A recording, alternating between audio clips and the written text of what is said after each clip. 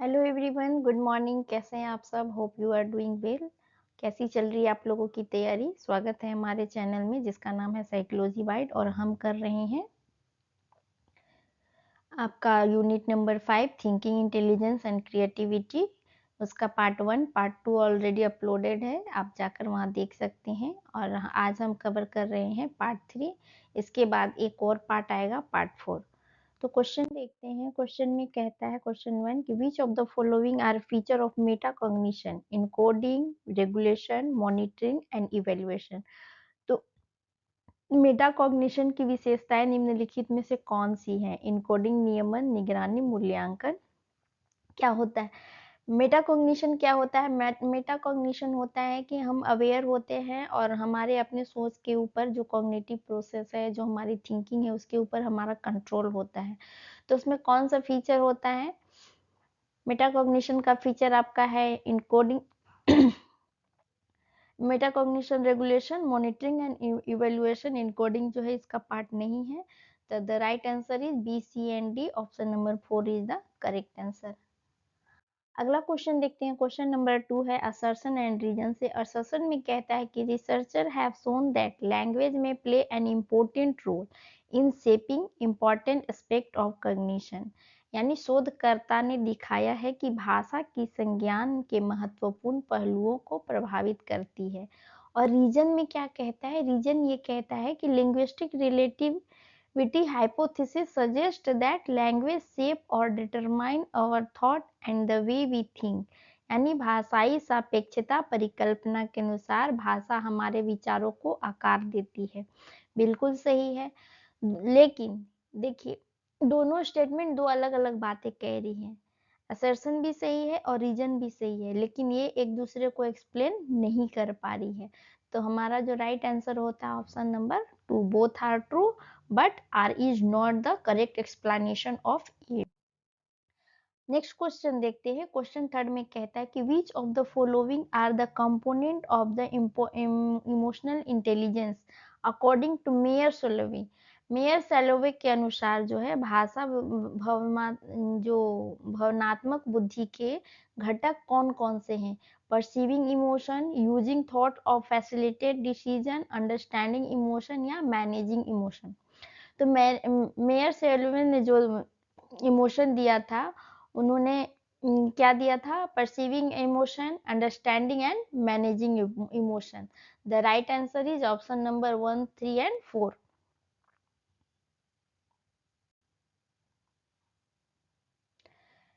Next question देखते हैं। Question number 4 है again assertion and reason. Assertion में कहता है environment that affect educational and cultural opportunity influence crystallised intelligence directly and fluid intelligence indirectly. यानी शैक्षिक और सांस्कृतिक अवसर को प्रभावित करने वाला वातावरण क्रिस्टलाइज्ड बुद्धि को सीधे और फ्लूइड बुद्धि को परोक्ष रूप से प्रभावित करता है। और रीजन में क्या कहता है कि crystallised intelligence is developed through the investment of fluid intelligence in cultural setting. तो क्रिस्टलाइज्ड इंटेलिजेंस जो है वो क्या होता है? डायरेक्टली शेप करता है किसको? एजुकेशन और कल्चर को। बट फ्लूइड इंटेलिजेंस जो है वो क्या करता है? वो बायोलॉजिकल बेस्ड पे होता है। इसलिए असर्शन जो है वो क्या है? गलत है। और रीजन जो है वो सही है। The answer is A is false and R is true. Next question देखते हैं। क्वेश्चन नंबर 5 कहता है which set of 3 approaches is more relevant to study the impact of genetic factor of intelligence. यानी बुद्धि पर आनुवांशिक कारकों के प्रभाव के अध्ययन हेतु कौन कौन से 3 दृष्टिकोण अधिक प्रासंगिक है? Correlation between sibling, correlation between identical twins and reared apart, and third is adopted child study, correlation between parent and children. तो इसका जो राइट आंसर होता है वो होगा आपको option number C. Option number C में क्या है? Correlation between sibling, correlation between identical twins and rear apart, and fourth one is correlation between parent and children.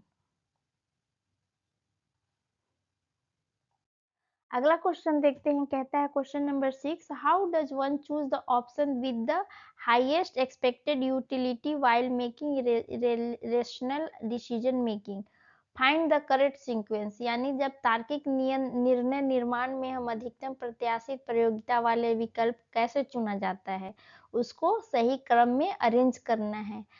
पर फर्स्ट कहता है असाइनिंग यूटिलिटी, बी कहता है weighting and multiplying the utility by the likelihood, C option कहता है evaluating the likelihood of alternative, and D कहता है assessing the consequences। तो पहले हम क्या करते हैं, संभावनाओं परिणामों का मूल्यांकन किया जाता है, यानी rational decision making start with evaluation probability.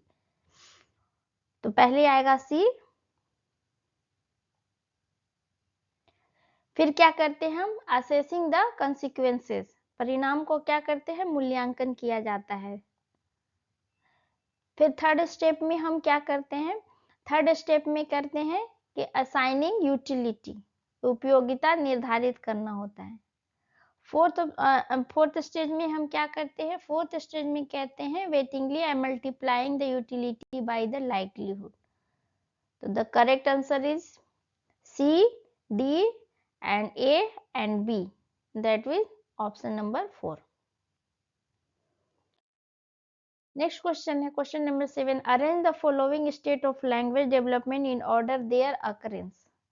तो जब बच्चे छोटे होते हैं तो सबसे पहले क्या डेवलप होता है, उन्हें फोनोलॉजिकल स्किल होता है, देन क्या आता है मीनिंग, उसका मीनिंग समझते हैं, फिर ग्रामर पे आते हैं कि कैसे किसी सेंटेंस को ग्रामरली उसे ये किया जाता है, अरेंज किया जाता है, और फाइनली क्या मीनिंगफुल स्पीच करते हैं। The right answer is 3, 1, 4 and 2। अगला क्वेश्चन देखते हैं, क्वेश्चन नंबर 8 कहता है verbal behaviour that is enforced when someone else verbal response is repeated वर्बैटिम is called. यानी वह वाचिक व्यवहार जिसमें किसी अन्य व्यक्ति की वाणी को शब्दशः दोहराने पर प्रबलन मिलता है, यानी उसको रिन्फोर्स किया जाता है, तो वो कौन सा बिहेवियर होगा, ऑटोक्लेटिक बिहेवियर, इकोइक बिहेवियर, रिन्फोर्स्ड बिहेवियर और ऑपरेंट बिहेवियर। तो इसका जो राइट आंसर है वो है इकोइक बिहेवियर। इकोइक बिहेवियर में क्या होता है, इकोइक बिहेवियर किसने दिया था, इकोइक बिहेवियर दिया था आपका स्किनर ने।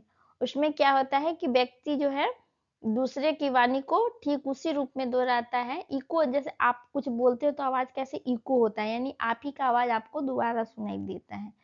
तो अगर उसमें आपका क्या होता है, किसी पर्सन को उसको रिइंफोर्समेंट मिलता है तो क्या करेगा, वो बिहेवियर जो है वो बार बार दिखाएगा। तो the right answer is option number 2, reinforced behaviour, sorry echoic behaviour. अगला क्वेश्चन देखते हैं, क्वेश्चन नंबर 9 कहता है which of the following is characteristic of Chomsky theory. यानी नॉम चॉम्स्की जो थे उन्होंने निम्नलिखित में से कौन सा सिद्धांत की विशेषता है, उनकी कैरेक्टरिस्टिक क्या है उनके सिद्धांत का। पहला कहता है कि development of language is between 3 and 5 year of age, यानी भाषा का विकास कब होता है, 3 से 5 की आयु में होता है। सेकेंड ऑप्शन कहता है कि language development is dependent on the reinforcement received by the child, यानी भाषा विकास प्रबलन पर निर्भर करता है, यानी बच्चे को रिइंफोर्स किया जाएगा या रिइंफोर्समेंट मिलेगा तभी होगा। थर्ड कहता है कि children acquire mistake in language by observing their parents and other around them, यानी बच्चे भाषा की गलतियां दूसरों को देखकर सीखते हैं।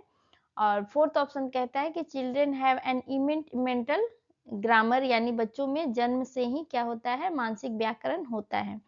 तो इसका जो करेक्ट आंसर है वो है ऑप्शन नंबर 4। चॉम्स्की ने क्या कहा था, चॉम्स्की ने कहा था कि बच्चों में इनबॉर्न जो होता है भाषा की क्षमता और ये क्या बोलते हैं मेंटल ग्रामर होता है। The right answer is option number 4। अगला क्वेश्चन है question number 10, match the following से है कॉन्सेप्ट एंड उसका डिस्क्रिमिनेशन, लिटिल सी, बिग सी, प्रो सी, मिनी सी। तो लिटिल सी क्या होता है, लिटिल सी जो है वो हमारा एवरीडे क्रिएटिविटी होता है। बिग सी जो है creativity in eminent and pro C जो होता है creativity and choose and pro यानी आप किसी चीज में प्रोफेशनल हो जाते हो। हाँ, मिनी सी यानी पर्सनल क्रिएटिविटी। लिटिल सी और मिनी सी में आप कंफ्यूज हो सकते हो, क्योंकि एक एवरीडे क्रिएटिविटी है, मिनी है। मिनी से आप याद रख सकते हैं, मिनी यानी माइंड, माइंड क्या हो गया, पर्सनल हो गया। Little C everyday and mini is personal creativity. The right answer is option number 1, 1, 2, 3 and 4 जैसे दिया हुआ है वैसे ही उसका राइट आंसर है। अगला क्वेश्चन देखते हैं, क्वेश्चन नंबर 11 जो है असर्शन एंड रीजन से है। असर्शन में ये कहता है कि in cross sectional research to study development proposed of intelligence age and cohort are confounded, यानी बुद्धि के विकास के अध्ययन में जो क्रॉस सीक्वेंशियल अनुसंधान में आयु और कोहर्ट गाइडमेंट हो जाते हैं। ओके, और इसमें रीजन में क्या करता है कि according to Flynn effect each successive generation of people is more intelligent than the preceding one, यानी फ्लिन के प्रभाव में ये कहता है कि प्रत्येक नई पीढ़ी पिछली पीढ़ी से अधिक बुद्धिमान होता है। तो जो क्रॉस सीक्वेंशियल स्टडी में क्या होता है, डिफरेंट एज ग्रुप का स्टडी जो होता है, क्या करते हैं हम एक टाइम में मल्टीपल एज ग्रुप का स्टडी करते हैं। और कोहर्ट में क्या करते हैं, कोहर्ट यानी कि आप जिसमें उसका प्रभाव जो है सब उसे महसूस किए रहते हैं। जैसे कोविड के टाइम का जो एक्सपीरियंस है वो क्या होगा, वो कोहर्ट एक्सपीरियंस होता है। और क्रॉस सीक्वेंशियल में क्या करते हैं, स्टडी करते हैं, भ्रम का कारण बनता है। तो the right answer is option number A, both are true and R is the correct explanation. Okay, अगला क्वेश्चन देखते हैं, क्वेश्चन नंबर 12 कहता है which of the following is not consequences of Spearman theory, यानी स्पीयरमैन के सिद्धांत का परिणाम नहीं है। The correlation between different measure of intelligence will be positive. The correlation between two measure of intelligence will be equal to R1G into R2G. And option two C में कहता है the correlation between two measure of intelligence will be equal to R1G plus R2G। And third कहता last one कहता है the law of tetrad differences will hold of four measure of intelligence. तो Spearman की जो theory है वो क्या predict करता है, कोरिलेशन प्रेडिक्ट करता है किसमें, on multiple of G loading and not addition of not addition। तो इस प्रकार से जो क्या होगा, the correlation between two major intelligence will be equal to R1G plus R2G। The right answer is option number C।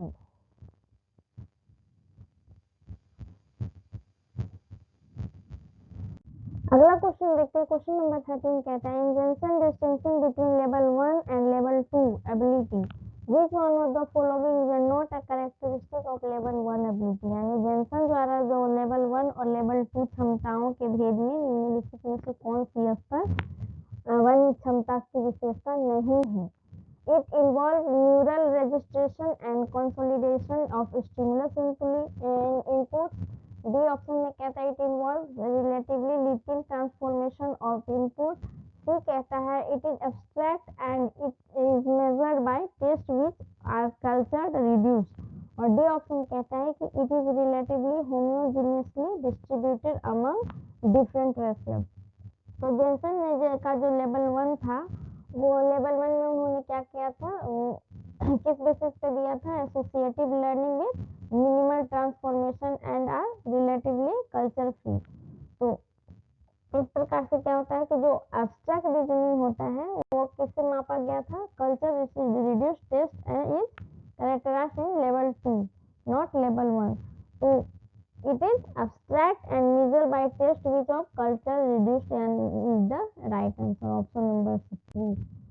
Question number 14 कहता है the tendency to believe that a task will take less time than it really will is known as, यानी किसी कार्य को वास्तविक समय से कम समय में पूरा हो जाने की धारणा को क्या कहते हैं, magical thinking, planning fallacy, optimistic bias या फंडामेंटल एट्रीब्यूटल एरर।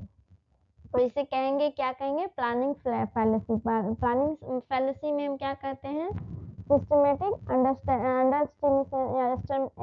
एस्टिमेशन होता है of the time required to complete task.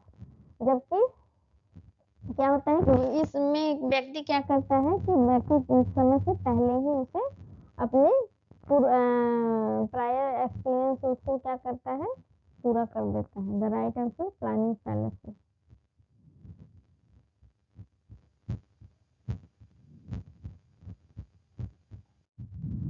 अगला क्वेश्चन देखो, क्वेश्चन नंबर 15 जो है, मैच द फॉलोइंग से स्कॉलर्स एंड कॉन्सेप्ट कटेल, जेनसन, स्टर्नबर्ग एंड स्पीयरमैन। तो कटेल ने क्या दिया था, कटेल का था इन्वेस्टमेंट हाइपोथेसिस थ्योरी, ए का जो है वो 2 होगा। जेनसन ने क्या दिया था, जेनसन ने दिया था असॉर्टिव मैटिंग। तो ए का 2 और बी का 1 किसमें है, ए का 2 और बी का 1 जो है,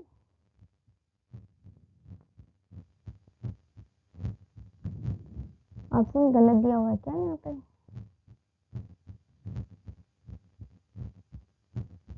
नहीं है ना, ए का 2 बी का 1 ऑप्शन नंबर 4 में है। हाँ, स्टर्नबर्ग ने क्या दिया था, स्टर्नबर्ग का जो था वो आपका विजडम, स्टर्नबर्ग ने विजडम दिया था। And D1 is spearman is positive manifold. The right answer is 2, 1, 3 and 4. Next question देखते हैं, क्वेश्चन नंबर 16 कहता है creativity is consider to grounded in right hemisphere because, यानी कि रचनात्मक के जो दाएं गोलार्ध से संबंधित माना जाता है क्योंकि right hemisphere specialise in visual spatial and creative process. B. Right hemisphere specialize in global and parallel and holistic process. C कहता है कि left hemisphere is involved in generation of a novel idea and D कहता है creativity involved in divergent thinking that is function of right hemisphere. तो इसका जो right answer है वो क्या है कि राइट हेमिस्फीयर जो है specialise in visual spatial and creativity, हमारा जो ब्रेन का राइट एरिया उसमें क्या होता है, visual spatial and creative process है। और फिर होलिस्टिक थिंकिंग, डाइवर्जेंट थिंकिंग, ये सब क्या है, इसी का पार्ट है।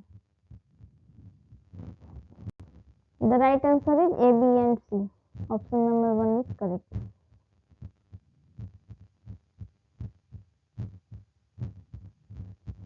अगला क्वेश्चन देखते हैं, क्वेश्चन नंबर 17 कहता है the phenomena of clinging to one's initial conception after the basis on which they were formed had been discredited refers to, यानी प्रारंभिक धारणाओं को उनके आधार के खंडित हो जाने के बाद भी बनाए रखने की प्रवृत्ति को क्या कहते हैं, बिलीव बायस, बिलीव परसेवरेंस, ओवर कॉन्फिडेंस या फ्रेमिंग डिसीजन।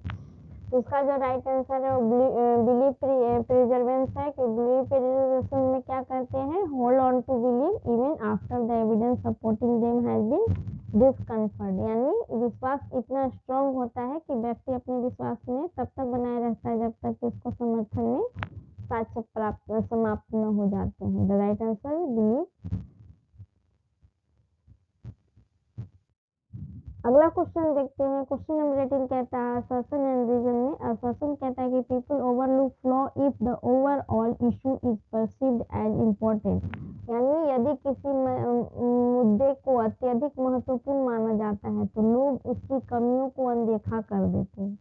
रीजन में क्या कहता है, पीपल है सम बायसेस, ऐसा क्यों करते हैं, क्योंकि वो बायस होते हैं। बिल्कुल सही बात है, जैसे कुछ बच्चे की माँ होती है, देखते बच्चा बदमाशी करता है तो उसे इग्नोर कर देते हैं, क्यों करते हैं, कहते हैं उनका ये मानना होता है कि हमारा बच्चा बदमाशी कर ही नहीं सकता। कम्युनिटी बायसेस क्या करता है, individual to ignore specific flaw when the overall goal और issue is judged as highly important. Okay, अगला क्वेश्चन देखो, question number 19 rather than a single, ये Ceci biological theory propose that there are underlying which intelligence, यानी एकल बुद्धि के बजाय सेसी का एक जैव पारिस्थितिक सिद्धांत किसका प्रस्ताव करता है, multiple cognitive potential, general Meta component and perceptual performance component and heritable and knowledge component and environment. तो सेसी ने क्या दिया था, सेसी ने दिया था intelligence consist multiple cognitive potential and interacting with environment context. The right answer is option number 2. अगला question देखते हैं। क्वेश्चन नंबर 20 कहता है according to problem space theory a problem solver generally operate through 3 stage, the goal stage and all possible, यानी कहता है कि समस्या सिद्धांत क्षेत्र के अनुसार समस्या समाधान करता सामान्यतः 3 अवस्थाओं के माध्यम से कार्य करता है। गोल स्टेट होता है और बाकी का क्या होता है, तो बाकी का जो होता है वो इनिशियल स्टेज होता है और फिर इंटरमीडिएट स्टेज होता है और लास्ट में गोल स्टेज होता है। ओके, प्रॉब्लम स्पेस थ्योरी क्या कहता है, solving in term of initial stage then goal stage and various intermediate stage through which the solver progresses. अगला क्वेश्चन देखते हैं। Question number 21, a test involve presenting a pair of word like father daughter and the subject is required to list as many way in which the pair is related. In this measure, which of the following ability are given by Guilford? यानी एक परीक्षण में father daughter पिता पुत्री जैसे शब्द युग्म प्रस्तुत किए जाते हैं और व्यक्ति से उनके बीच अधिकतम संबंध बताने को कहा जाता है। तो यह गिलफर्ड की किस क्षमता को मापता है, divergent production of symbolic relation, divergent production of semantic relation, convergent production of symbolic relation and divergent production of semantic relation। इसका जो राइट आंसर है वो क्या होगा, option number B. Option number B क्यों होगा, क्योंकि इसमें क्या कहता है कि सब जो दो वर्ड है उनके अनेक जो होते हैं अर्थपूर्ण संबंध उत्पन्न किए जाते हैं और गिलफर्ड ने क्या किया था, इसे अर्थपूर्ण संबंधों के बारे में बतलाया था। तो the task require generating multiple meaningful relationship between word which reflect divergent production of semantic relation in Guilford SOI model. The right answer is option number B. अगला क्वेश्चन देखते हैं। क्वेश्चन नंबर 22 है। क्वेश्चन नंबर 22 में कहता है कि level of increasing abstraction below given are some concept indicate which is correct sequence in term of, यानी बढ़ते हुए अमूर्तन स्तर के अनुसार सही क्रम में लगाना है। तो निगेशन क्या होता है, निगेशन इज अ सिंपल, सबसे सिंपल जो है लॉजिकल ऑपरेशन क्या होता है, निगेटिव होता है। फिर क्या होता है, involving denial of single proposition, alternative denial and disjunction involve and combining proposition are represent in level of abstraction. The right answer is neglection complex and alteration denial and then होगा disjunction concept, जैसे है वैसे ही लगेगा। अगला question है question number 23।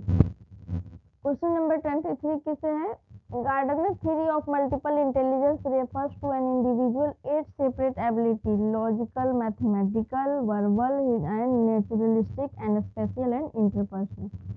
तो कहता है कि गार्डन के बहुबुद्धि सिद्धांत में व्यक्ति की 8 स्वतंत्र क्षमताओं का वर्णन किया गया है।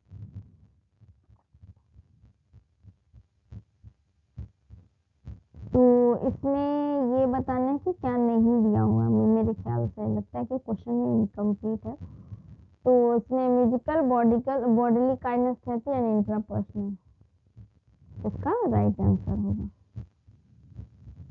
अगला क्वेश्चन देता है which of the following model propose that there are 3 major function unit of the brain focusing on sustaining attention, receiving and storing information and planning, read off and self monitoring। यानी निम्नलिखित में से कौन सा model जो है मस्तिष्क की 3 प्रमुख क्रियात्मक इकाइयों का वर्णन करता है, ध्यान बनाए रखना, सूचना ग्रहण करना, व भंडारण तथा योजना और आत्मनिगरानी। तो ये जो है ये किसका है, ये है पास मॉडल। पास मॉडल यानी planning attention simultaneous and successful process. Okay, अगला क्वेश्चन देखते हैं। क्वेश्चन नंबर 24 कहता है according to Sternberg theory which of the following are associated with performance component of the cognitive process, यानी Sternberg के सिद्धांत के अनुसार निम्न में से कौन सी प्रक्रियाएं प्रदर्शन घटक से संबंधित है, perceptual processing, simple cognitive processing, memory recording and problem solving. तो परफॉर्मेंस कंपोनेंट्स में क्या होता है, actual task execution and including perception basis cognitive process and encoding information.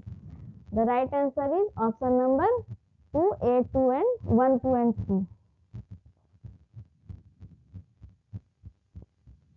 अगला क्वेश्चन देखते हैं, क्वेश्चन नंबर 26 कहता है awareness of one's own thought process enabling affecting learning thought correlation is called without any doubt it is metacognition।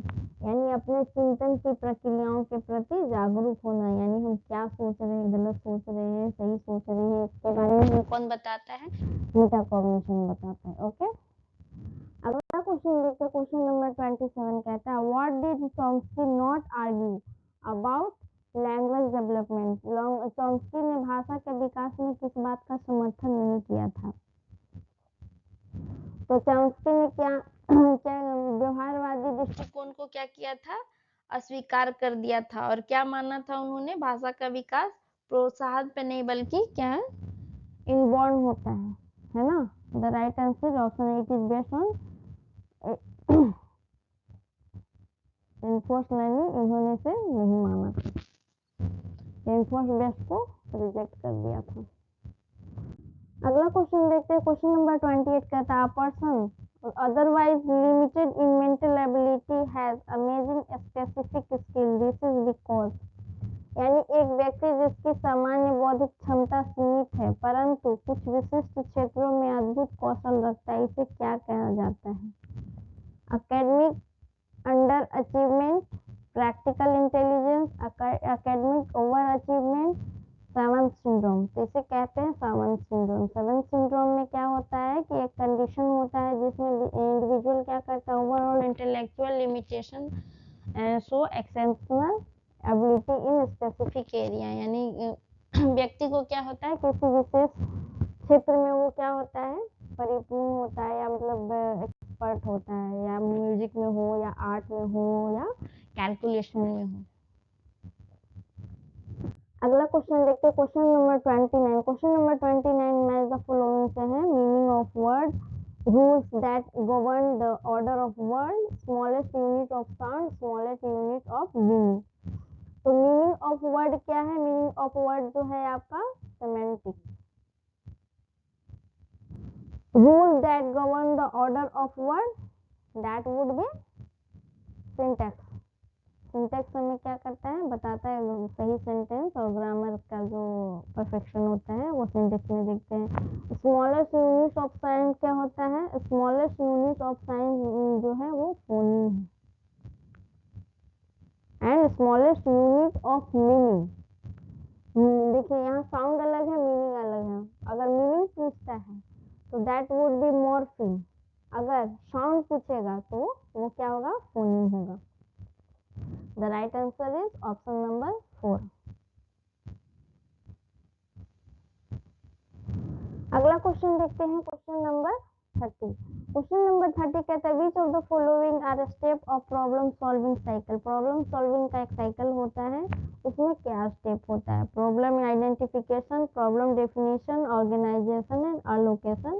तो पहले हम क्या करते हैं, पहले हम आइडेंटिफाई करेंगे प्रॉब्लम को एंड फिर उसको डिफाइन करेंगे, फिर ऑर्गेनाइज करेंगे और लास्ट में क्या करेंगे, allocating resources to this effective solution. The right answer is option number 4, A B C and D वैसे ही अरेंज किया हुआ है।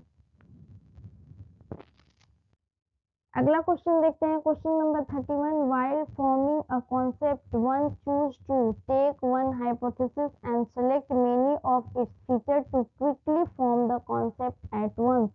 यानी संकल्पना निर्माण में जब व्यक्ति एक ही परिकल्पना चुनकर उसकी अनेक विशेषताओं को एक साथ ग्रहण करता है तो उसे क्या कहते हैं, उसे कहते हैं फोकस गैम्बलिंग। फोकस गैम्बलिंग क्यों कहते हैं, फोकस गैम्बलिंग में क्या होता है कि हम क्या करते हैं कि व्यक्ति एक परिकल्पना पे दाव लगाकर उसी विशेषता को एक साथ स्वीकार कर लेता है। The right answer is option number 30।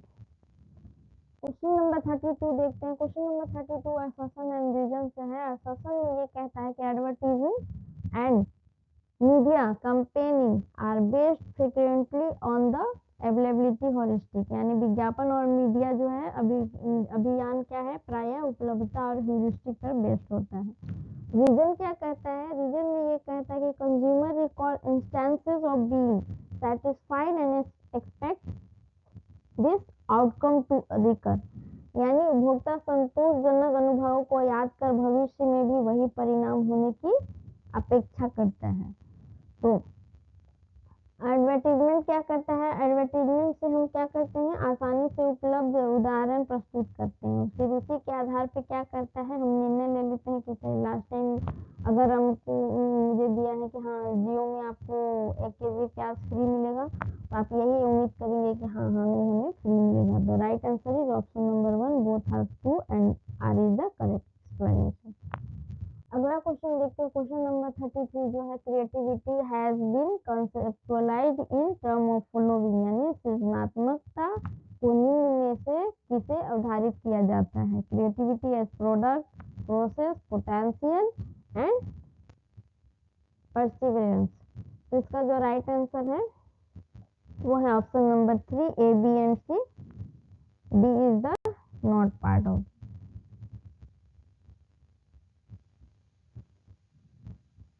अगला क्वेश्चन देखते हैं, question number 34, which of the following are not identify the Thurstone, यानी थर्सन ने निम्नलिखित में से कौन सी क्षमताओं को नहीं बताया था? Induction, spatial, symbolic, semantic. तो थर्सन ने क्या क्या माना था? आगमन अनस्थानिक माना था, इंडक्शन एंड स्पेशियल को एबिलिटी को माना था, सिंबलाइजिंग और सेमांटिक एबिलिटी को उसने क्या किया था? बाद के सिद्धांतों में आया था, उस टाइम नहीं आया था, पहले नहीं आया था। The right answer is option number 2, C and D.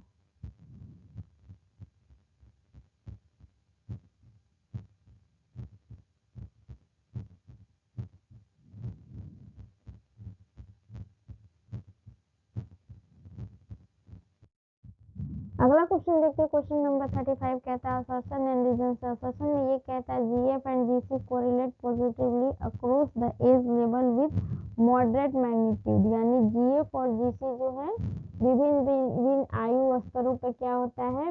मध्यम स्तर का सकारात्मक सहसंबंध दिखाते हैं। जबकि रीजन में ये कहता है कि G being neural energy is invested in the cultivation of GC and both are having different growth pattern. तो फ्लूइड इंटेलिजेंस क्या करता है? फ्लूइड इंटेलिजेंस जो है development of crystallize intelligence and ये आपको इसलिए दोनों में क्या होता है? पॉजिटिव रिलेशन होता है। The right answer is both are true and R is the correct explanation. तो आज के लिए इतना था। Thank you for watching and keep learning, keep smiling, keep watching, और वीडियो को लाइक और चैनल को सब्सक्राइब कर दीजिएगा ताकि आपका जो नेक्स्ट वीडियो का आपका नोटिफिकेशन आपको मिलेगा। Thank you.